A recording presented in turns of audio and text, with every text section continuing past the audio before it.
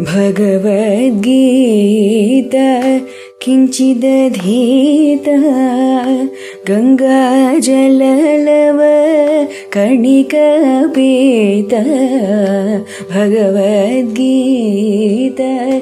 किञ्चिदधीता गङ्गाजललव कणिकापीता सकृदपि येन मुरारि समर्चा क्रियते तस्य यमोऽपि न चर्चां क्रियते तस्य यमोऽपि न चर्चां भज गोविन्दं भज गोविन्दं भज गोविन्दं भज गोविन्दं भज गोविन्दं भज गोविन्दं गोविन्दं भज मूఢమతే.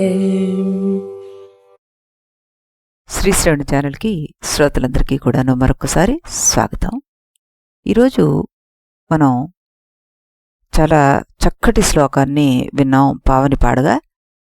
ఆ అమ్మాయికి అనేక అభినందనలు తెలుపుతూ ఈ శ్లోక అర్థతాత్పర్యాల్ని తెలుసుకుందాం. ముందు ఏన ఎవని చేత కించిత్ కొంచెమైనా భగవద్గీత అధీత అధ్యయనం చేయబడుతుందో గంగాజలం లవకణిక ఒక చుక్క అయిన పీత త్రాగబడుతుందో సకృత్ అపి కొంచెమైనను మురారి శ్రీకృష్ణుడు గురించి శ్రీకృష్ణుడు అర్చించబడతాడో తస్య అతనికి యమేన యమునితో చర్చ వివాదము నా క్రియతే చేయబడదు అంటున్నారు. ఇది భజగోవింద స్తోత్రంలో అత్యంత కరుణామయమైన శ్లోకం అని చెప్పుకోవచ్చు. శంకరులు వారి శిష్యుల్లో దృఢభక్తాచార్యులు వారు దీన్ని రచించారని చెప్తుంటారు. ఇక్కడ ఒక అద్భుతమైన ఆశ్వాసాన్ని ఇస్తున్నారు. చాలా చెయ్యాలి కాదు, కొంచెం చేసినా సరిపోతుంది, అది భక్తితో అయితే చాలు అంటూ. భగవద్గీతను కొంచెమైనా చదివినవాడు, గంగాజలాన్ని ఒక్క చుక్కైనా సేవించినవాడు, ఒక్కసారి అయినా శ్రీకృష్ణుని భక్తితోటి ఆరాధించినవాడు, అలాంటి వాళ్లతోటి యముడు కూడా వాదించడు అన్నారు. అటువంటి వాడు భగవత్కృపకు పాత్రుడు అంటూ అర్థం చెప్పుకోవచ్చు మనం. మోక్షానికి గొప్ప అర్హతలు అవసరం లేదు, భక్తితో కూడిన చిన్న ప్రయత్నం చాలు. భక్తికి పరిమాణం అవసరం కాదు, భక్తికి నిజాయితీ ముఖ్యం. ఇది మనం తెలుసుకుంటే చాలు. భగవద్గీతలో పత్రం పుష్పం ఫలం తోయం యోమే భక్త్యా ప్రయచ్చతి తదహం భక్త్యుపహృతమస్నామి ప్రయతాత్మనః అంటారు. ప్రతివాడు గుళ్ళు గోపురాలు కట్టించక్కర్లేదు, ఎంతో డబ్బు ఖర్చు చేయాల్సిన అవసరం కూడా లేదు, బ్రహ్మాండంగా ఆడంబరంగా ఉత్సవాలు చేయించకపోయినా పర్వాలేదు. భక్తితోటి చిన్న ఆకును గాని పువ్వును గాని పండును గాని ఏదీ లేకపోతే చివరికి నీళ్లు కాని భగవంతుని ముందుంచితే అది నివేదన చేస్తే ఆ భక్తికి మెచ్చిన దేవుడు దాన్ని పరిగ్రహిస్తాడు. మనం భక్తితో ఏది సమర్పించినా కూడాను దేవుడు తప్పకుండా దాన్ని స్వీకరిస్తాడు. భక్తి లేకుండా ఏమి సమర్పించినా అది బూడిదలో పోసిన పన్నీరే అవుతుంది. ఆ రకంగా ఇక్కడ భజగోవింద శ్లోకంలో మనం ఈ భగవద్గీతను కొంచెమైనా చదివినవాడు అంటే కొంచెం చదివేస్తే మనకు వచ్చేస్తుందని కాదు, దానిలోని అంతరార్థాన్ని గమనించి ఆ విధంగా నడుచుకోగలిగి భక్తితోటి ఆర్తితోటి భగవంతుణ్ణి ఎవరైతే ధ్యానిస్తారో వారికి యముడు కూడా అడ్డురాడు అంటూ ఈ విషయాన్ని నొక్కి వక్కాణించి చెప్పడానికి మనకి మార్కండేయ మహాముని కథే చాలు. చిరుప్రాయంలో భక్తితో ఆర్తితోటి ఆయన ఆ భగవంతుణ్ణి ఆరాధించాడు. దాని ఫలితం యమధర్మరాజే వెనక్కి వెళ్ళిపోవాల్సి వచ్చింది. అంతటి శక్తివంతమైనది భగవద్గీత అంటూ భగవత్పాదులు వారు ఇక్కడ చెప్పడం జరిగిందనమాట.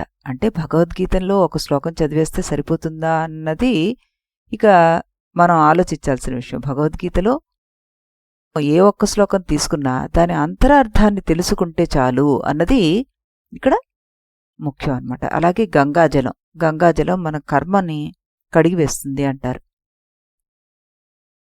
ఇక్కడ కూడా మళ్ళీ మూల అర్థానికే వెళ్ళాలి. కర్మను కడిగేస్తుందంటే మనం పాపాలు చేసి గంగలో వెళ్ళి స్నానం చేస్తే సరిపోతుందా అంటే అలా కాదు.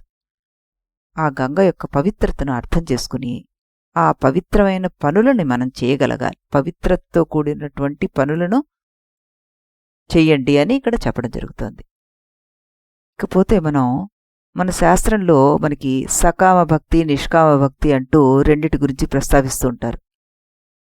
ఉదాహరణకి మనం సంధ్యావందనం చేస్తూ ఉంటాం, అది నిష్కామ పూజ. అది చిత్తశుద్ధి, గురుప్రాప్తి, జ్ఞానప్రాప్తి, మోక్షప్రాప్తి కోసం చేసేది. అదే పుత్రకామేష్టి యాగం చేస్తే దాంట్లో పుత్రుల్ని పొందుతారు అని ఉంటుంది. ఇలా 2 రకాలుగా పూజలు మనకి ఉన్నాయన్నమాట. మనకు ఉన్న కోరికలను బట్టి దానికి సంబంధించిన పూజను మనం ఎన్నుకుంటూ ఉంటాం. సకామ పూజ అయితే బోల్డ్ అన్ని నియమ నిబంధనలు ఉంటాయి. మనం ఎన్నుకున్న పూజ ఎప్పుడు చేయాలి, ఎక్కడ చేయాలి, ఎలా చేయాలి, ఏ దేవతకు చేయాలి, ఏ నైవేద్యం పెట్టాలి, ఎంతమంది ఋత్విక్కులు ఉండాలి, వారికి ఎంత దక్షిణ ఇవ్వాలి, ఇలా అనేక ఆంక్షలుంటాయి. నా ఇష్టం వచ్చినట్టు నేను చేస్తాను, నా ఇష్టం వచ్చినంత ఇస్తాను అంటే కుదరదు. పైగా ఏదైనా నియమాన్ని ఉల్లంఘిస్తే దానికి ప్రాయశ్చిత్తం కూడా చేసుకోవాల్సి వస్తుంది. అలా అంటే ప్రతి ఒక్క కర్మకు దానికి తగ్గ ఫలితం ఉంటుంది. దీన్ని బట్టి మనకేం తెలుస్తోంది, ఎక్కువ ఫలాన్ని ఆశిస్తే పెద్ద కర్మ చేయాలి. అలాంటప్పుడు మోక్షం అన్నిటికంటే ఎక్కువ ఫలం కదా, దానికి ఇంకా పెద్ద కర్మ చేయాలి. ఇంకా పెద్ద కర్మ చెయ్యాలా, ఇంకా ఎక్కువ దక్షిణ ఇవ్వాలా, ఇది మనకి కలిగే సందేహం. కానీ కృష్ణ పరమాత్మ ఏమంటున్నాడంటే, మీకు అత్యున్నత ఫలం కావాలంటే దానికి చేసే పూజ చాలా తేలికయ్యా. సకామ భక్తిలోనే 100 ఆంక్షలు, నిష్కామ భక్తిలో ఏ ఆంక్షలు లేవు. మీరు ఎన్ని పొరపాట్లైనా చెయ్యొచ్చు. అలాగని కావాలని పొరపాట్లు చేయడం అని కాదు ఇక్కడ. ఉదాహరణకి విష్ణు సహస్రనామం ఒక ఫలితం ఆశించి పారాయణం చేసినట్టయితే అది ఎన్నిసార్లు ఎలా పారాయణం చెయ్యాలో అలాగే చెయ్యాలి. ఆ నియమాలు పాటించకపోతే సకామ భక్తిలో ఆశించిన ఫలితాలు రాకపోగా ఒక్కొక్కసారి బెడ్స్ కొడతాయి కూడా. అదే విష్ణు సహస్రనామాన్ని నిష్కామ పూజగా చేస్తే, అంటే చిత్తశుద్ధితోటి గురుప్రాప్తి, మోక్షప్రాప్తి కోసం చేస్తే ఎన్నిసార్లు మనం తప్పులు చదివినా, నైవేద్యం పెట్టకపోయినా, దాని బదులుగా ఒక పువ్వు పెట్టినా చాలు. కానీ దానికి నియమం ఏమిటి, ఇది మాత్రం మనం గుర్తుపెట్టుకోవాలి. కోరిక ఏదైతే ఉంటుందో అది లౌకిక విషయాల గురించి కాకూడదు, అది మోక్షం గురించి అయ్యి ఉండాలి. అట్ ద సేమ్ టైం దానిలో కావాలని మళ్ళీ మనం తప్పులు చేసుకుంటూ సహస్రనామానికి సంబంధించిన విధిని పాటించడానికి కుదిరినా కూడాను చేయకుండా చేస్తే మాత్రం అది తప్పు. ఈ రకంగా మనకి నిష్కామ భక్తుడికు లేదా ముముక్షు భక్తుడు భగవంతుణ్ణి లక్ష్యంగా పెట్టుకుని ఉంటాడనమాట. అతను ఈ దేన్ని సమర్పించినా సరే, అంటే పత్రం అంటే ఇక్కడ ఒక తులసి ఆకు, బిల్వపత్రం ఏది సమర్పించినా కొంచెం నీళ్ళిచ్చినా చాలు, అది భగవంతుడికి ప్రీతికరమైనదే అంటూ చెప్పుకోవచ్చు అనమాట. ఆయనే అన్నారు, ప్రియతాత్మనః, అలాంటి నిర్మల భక్తి ఉన్నవాడిని, రాగరహితంగా ఉంటారు కదా వారు, అలాంటి శుద్ధమైన ఆత్మతో ఉన్నవాడు ఏది ఇచ్చినా కూడాను నేను తీసుకుంటాను అంటూ ఇక్కడ చెప్తున్నారనమాట. ఆ రకంగా భగవంతుడికి మనం నిష్కామ భక్తి ద్వారా చేరువవచ్చు అని ఈ శ్లోకం మనకి చెప్తోంది. ఈ శ్లోకంలో మనకి మోక్ష సాధనానికి 3 ఉపాయాలను సూచించారు. ఏమిటవి, ఒకటి భగవద్గీత అధ్యయనం అన్నారు, ఒకటి గంగాజల పానం అన్నారు, మురారి అర్చనం అన్నారు. మనకి పెద్దలందరూ కూడా చిన్నప్పటి నుంచి ఎప్పుడు చెప్తుంటారు, గీతా అధ్యయనం చేయండి, గీతా శ్లోకాలు వల్లివేయండి అంటూ చెప్తుంటారు మనకి. అలాగే గంగాజల పానం, గంగా హిమాలయాల్లో పుట్టింది, ఎక్కడో ఆకాశంలో ఉన్నదాన్ని ఎంతో ప్రయత్నం చేసి భగీరథుడు నేల మీదికి తీసుకొచ్చాడు. అది పుణ్యజలం, జీవజలం. దాన్ని పానం చేస్తే జన్మ పావనం అయిపోతుంది. భారతీయుల విశ్వాసం అది. అయితే ఇక్కడ గంగా అంటే గంగా నది అనే అర్థం కాదు, జ్ఞాన గంగా అనే అర్థం తీసుకోమంటున్నారు పెద్దలు. సాధారణ మానవుడికి అందనంత దూరంలో వేదాల్లోనూ ఉపనిషత్తుల్లోనూ ఉన్న ఈ జ్ఞానగంగను భగవద్గీతలోకి తీసుకొచ్చాడు శ్రీకృష్ణ పరమాత్మ. దాన్ని భగీరథ ప్రయత్నంతోటి పట్టు వదలని విక్రమార్కుళ్లాగా ప్రయత్నించి సాధించాలి. ఆ జ్ఞానగంగను పానం చెయ్యాలి. ఎలా వస్తుంది మన దగ్గరకది? శివుని ద్వారా ఆ గంగ ఆకాశం నుండి భూమి మీదికి వచ్చినట్టుగా ఆ రకంగా ఈ జ్ఞానగంగ వేద విజ్ఞానము గురువుల ద్వారా గురు శిష్య పరంపరంగా రావాలి. కనుక సద్గురువుల్ని ఆశ్రయించి ఈ జ్ఞానగంగను పానం చెయ్యాలి అంటే కేవలం శ్రవణం చేయడమే కాదు, మననం చేసి దాన్ని జీర్ణించుకోవాలి, ఆచరణలోకి మనం తీసుకురావాలన్నమాట. ముర అనే రాక్షసుడు ఒకడుండేవాడు. వాణ్ణి చంపేశాడు శ్రీకృష్ణుడు. అందుకే అతనికి మురారి, మురుడి యొక్క అరి అంటే శత్రువు అన్న అర్థంలో. ముర అనే రాక్షసుడు మనలోని అహంకారమే. అహంకారం అనే రాక్షసుణ్ణి మనం జయించాలి అని ఇక్కడ సూచన. ఎలా జయించాలి? భగవంతుణ్ణి ప్రార్థించడం వల్ల, పూజించడం వల్ల, సేవించడం వల్ల, భగవంతునిలో ఐక్యం కావడం ద్వారానే దాన్ని సాధించగలం మనం. అంటే మనస్సును లౌకిక విషయాల నుండి మరలించి పూర్తిగా పరమాత్మతోటి ఐక్యం చెయ్యాలి. పరమాత్మ నీకన్నా వేరుగా లేడు, నీవే ఆ పరమాత్మ. అయితే అహంకారం అనే ముసుగు కప్పబడి ఉండడానికి వల్ల మనం జీవులం అయిపోయాం.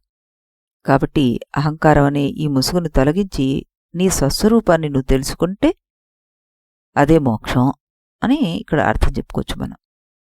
ఇక్కడ ఈ భగవద్గీతలోని ఇలాంటి అద్భుతమైన విషయాల్ని మనము గురువు ద్వారానే గ్రహించగలం. గురువు దగ్గర శుశ్రూష చేస్తూ ఉపనిషత్తుల సారాన్ని, భగవద్గీత సారాన్ని మనం వంట పట్టించుకోగలిగితే ముక్తి మార్గంలోకి వెళ్తున్నట్టే. ఇలా ఎవరైతే చేస్తారో వారితోటి ఈ యముడు అసలు పేచీపడ్డం పక్కకు తప్పుకుంటాడనమాట.